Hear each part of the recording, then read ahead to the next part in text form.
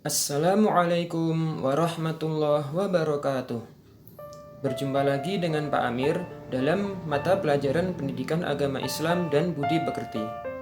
Bagaimana kabarnya anak-anakku yang solih dan solihah?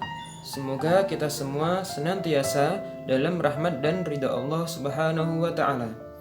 Pada pertemuan kita kemarin, alhamdulillah kita sudah menyelesaikan bab pertama dengan judul Beriman kepada kitab-kitab Allah dan mencintai Al-Quran.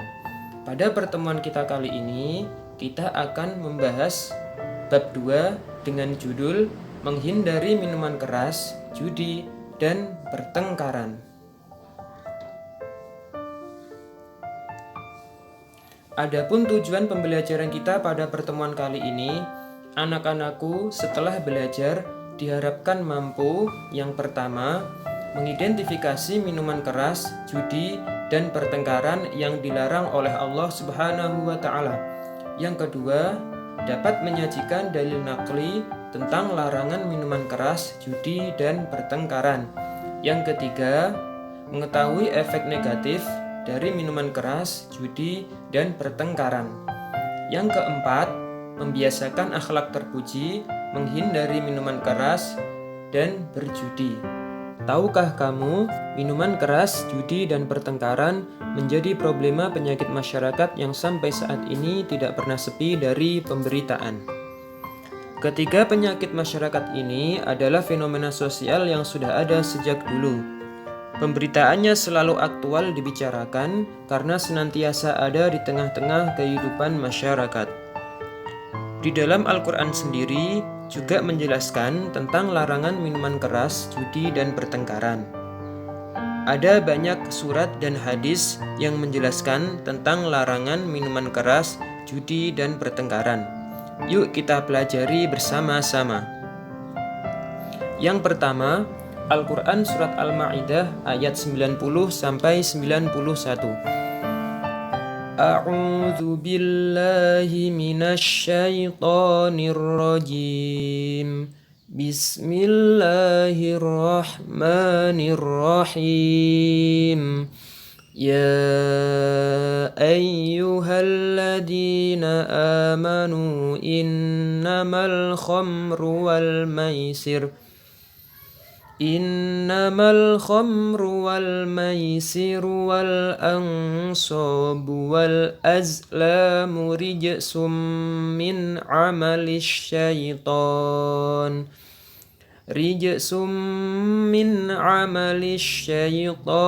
fajtanibuhu la'allakum tuflihun. Innama yuridu syaitanu an yuqi'a bainakumul adawata wal baghdha'a fil khamri wal maisiri wa yasuddakum an dzikrillahi wa 'anis shalah fahal antum muntahun. Shadaqallahul azim. Artinya, hai orang-orang yang beriman, sesungguhnya meminum khamr, berjudi, atau berkorban untuk berhala, mengundi nasib dengan panah adalah termasuk perbuatan syaitan. Maka jauhilah perbuatan-perbuatan itu agar kamu mendapat keberuntungan. Sesungguhnya syaitan itu bermaksud hendak menimbulkan permusuhan dan kebencian di antara kamu lantaran meminum khamr dan berjudi itu, dan menghalangi kamu dari mengingat Allah dan sembahyang. Maka berhentilah kamu dari mengerjakan pekerjaan itu. Yang kedua, hadis larangan minum minuman keras. An Ibni Umar radhiyallahu anhuma annan nabiyya sallallahu alaihi wasallam qala kullu muskirin khamrun wa kullu muskirin haramun, rawahu Muslim. Dari Ibnu Umar radhiyallahu anhuma bahwasanya Nabi Muhammad sallallahu alaihi wasallam bersabda, setiap hal yang memabukkan itu khamr dan setiap yang memabukkan itu haram. Hadis larangan berjudi. An Abi Musa al-Ash'ari radhiyallahu anhu anna Rasulullah sallallahu alaihi wasallam qala man la'iba bin nardi faqad asallaha wa rasulah. Artinya, dari Abu Musa al-Ash'ari, dia berkata, Rasulullah sallallahu alaihi wasallam bersabda, barang siapa bermain dadu, maka dia sungguh telah durhaka kepada Allah dan Rasulnya. Hadis riwayat Abu Dawud. Maksud di sini adalah bermain dadu sama seperti halnya kita berjudi. Karena dalam permainan dadu atau dalam berjudi kita memberikan taruhan, yang mana kita menebak taruhan. Ketika kita menang, ketika tebakan kita menang, kita akan mendapatkan hasil taruhan dari teman-teman yang ikut berjudi atau bermain dadu tersebut. Yang keempat, hadis larangan bertengkar. Wa an Anas bin Malikin radhiyallahu anhu anna Nabiyya sallallahu alaihi wasallam qala la tabaghadu wa la tahasadu wa la tadabaru wa la taqatu'u wa kunu ibadallahi ikhwanan wa la yahillu li muslimin an yahjura akhahu fawqa salasin. Muttafaqun alaih. Artinya, dari Anas bin Malik radhiyallahu an berkata bahwa Rasulullah sallallahu alaihi wasallam bersabda, janganlah kalian saling membenci, saling hasut, iri, dengki, saling memalingkan muka, saling memusuhi, dan jadilah kalian sebagai hamba-hamba yang bersaudara. Dan tidaklah halal bagi seorang muslim untuk mengabaikan dan tidak mau bertegur sapa dengan saudaranya yang muslim melebihi dari 3 hari.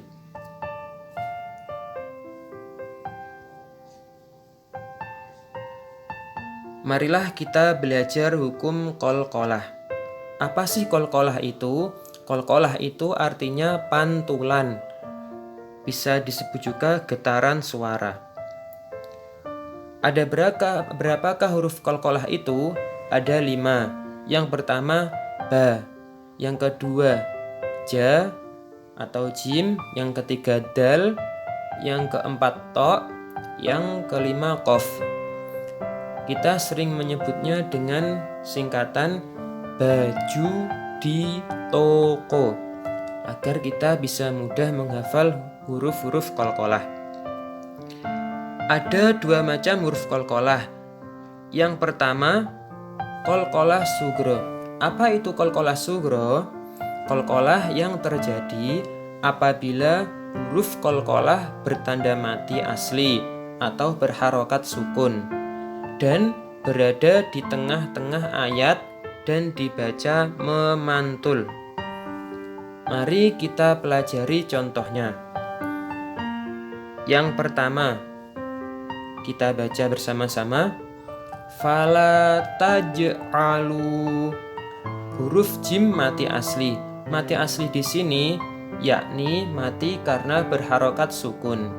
Jadi bacanya fala taj'alu, bukan fala taj'alu, tapi ada memantulnya fala taj'alu. Yang kedua, contoh yang kedua kita baca bersama-sama. Ruziqna min qablu. Pada contoh yang kedua ini ada 2 contoh huruf qalqalah. Yang pertama huruf ba dan kedua huruf qaf. Kedua-duanya mati asli, yakni mati karena berharokat sukun. Ya, benar. Terus jenis qalqalah yang kedua, yakni qalqalah kubra. Apa sih pengertian dari qalqalah kubra itu?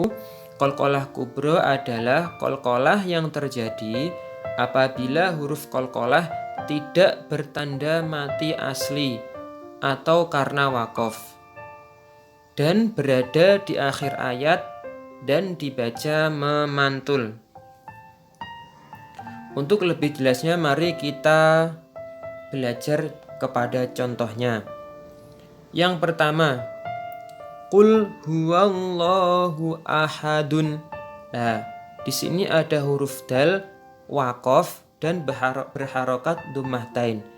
Pada huruf dal ini bacanya bukan qul huwallahu ahadun, tapi qul huwallahu ahad. Ada d-nya.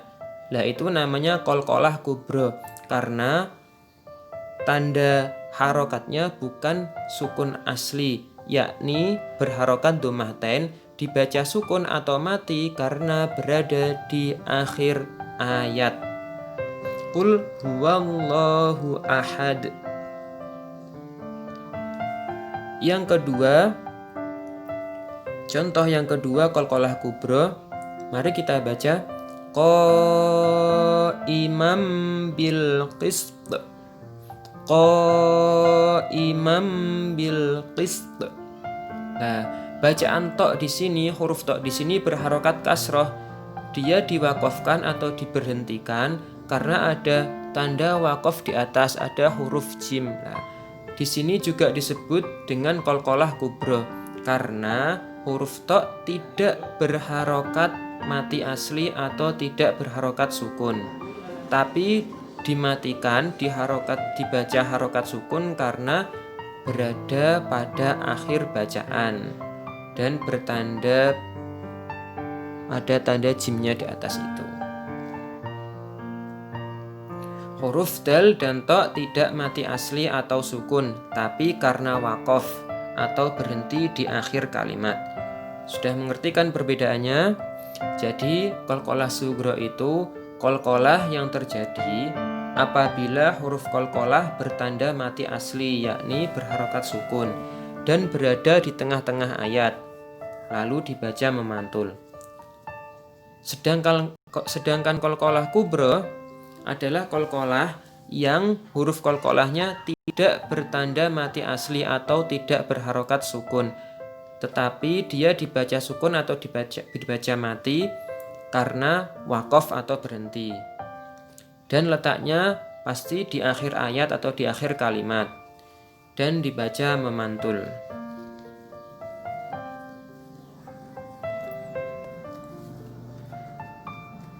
Minuman keras atau khamr. Minuman keras merupakan minuman yang beralkohol yang mengandung etanol yang dihasilkan dari penyulingan fermentasi biji-bijian, buah atau sayuran yang memabukkan.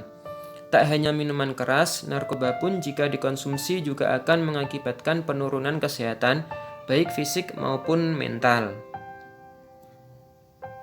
Nah, sekarang kita pelajari apa saja sih akibat mengonsumsi minuman keras dan narkoba. Yang pertama, malas makan sehingga fisik menjadi lemah dan kekurangan gizi. Yang kedua, hidup jorok sehingga terkena eksim dan penyakit kelamin. Yang ketiga, terkena penyakit paru-paru. Yang keempat, sering sakit kepala, mual-mual, muntah dan sulit tidur. Yang kelima, otot jantung dan tekanan darah tinggi. Yang keenam, frustasi dan terkena gangguan mental. Yang ketujuh, cenderung menyakiti diri sendiri, bahkan bisa berakibat pada bunuh diri. Cara menghindari minuman keras dan narkoba. Yang pertama, senantiasa mendekatkan diri kepada Allah Subhanahu wa Ta'ala dengan keimanan dan ketakwaan.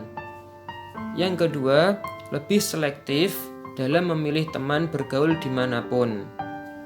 Temani mereka yang baik dan jangan ikuti mereka yang melakukan akhlak-akhlak tercela atau kebiasaan buruk seperti meminum minuman keras dan narkoba.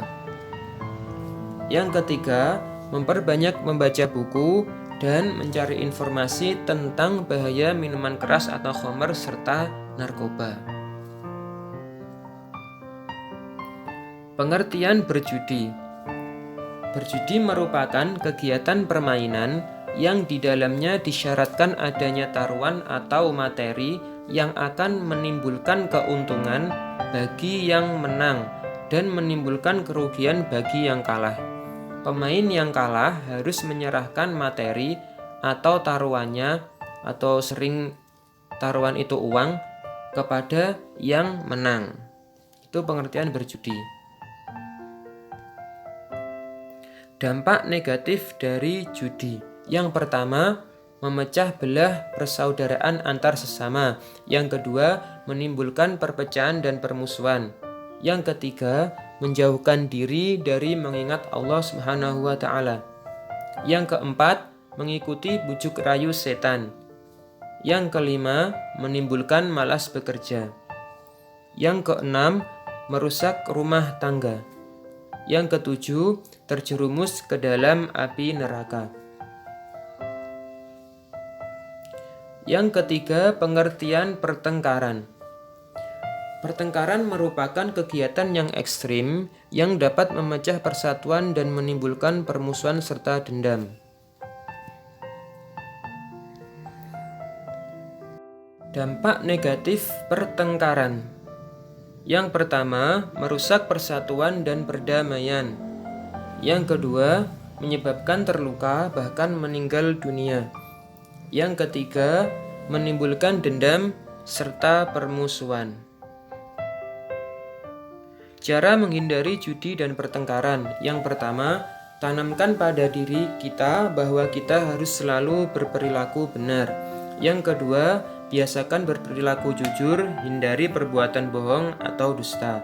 Yang ketiga, bergaulah dengan teman-teman yang berakhlak mulia, jauhilah teman-teman yang berakhlak tercela. Yang keempat, cegahlah bila melihat teman yang mau berjudi, nasihatilah mereka dengan halus dan bijaksana. Yang kelima, jauhilah tempat-tempat yang berpotensi digunakan untuk berjudi. Yang keenam, mohonlah selalu untuk mendapatkan bimbingan dari Allah Subhanahu wa taala melalui ibadah yang istiqomah. Dan yang ketujuh, hiasilah diri kita dengan zikir kepada Allah agar terjaga dari amarah yang berlebihan. Alhamdulillahirabbil alamin. Pertemuan kita pada pembelajaran PAI pada hari ini telah usai. Untuk tugas hari ini, anak-anakku silakan menulis kembali keempat dalil di atas. Yang pertama, Quran Surat Al-Ma'idah ayat 90-91. Yang kedua, hadis larangan minum minuman keras. Yang ketiga, hadis larangan berjudi. Dan yang terakhir, hadis larangan bertengkar. Semuanya ditulis di buku tulis beserta artinya, lalu difoto, dan hasil foto tersebut dikumpulkan di Google Classroom. Bapak Amir yakin anak-anakku bisa mengerjakan dengan baik dan benar. Sekian atas partisipasinya, Bapak Amir ucapkan terima kasih. Semoga apa yang kita pelajari bermanfaat dan barokah. Sekian, wassalamualaikum warahmatullahi wabarakatuh.